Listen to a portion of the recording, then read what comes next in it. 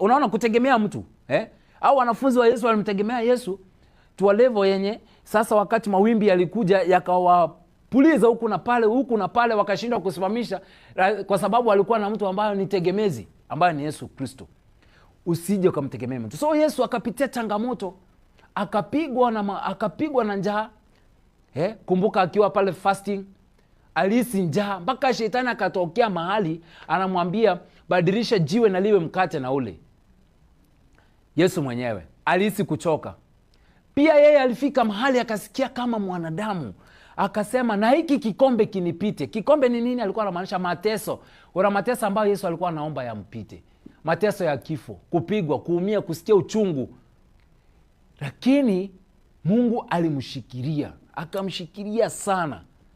Alipomshikilia, Yesu aliovercome. Right now is the king of the prince. Kila mahali jina lake linatukuka.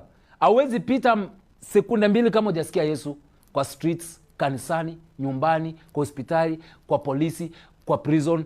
Lazima utasikia jina la Yesu. Lakini kumbuka alipitia changamoto kubwa sana.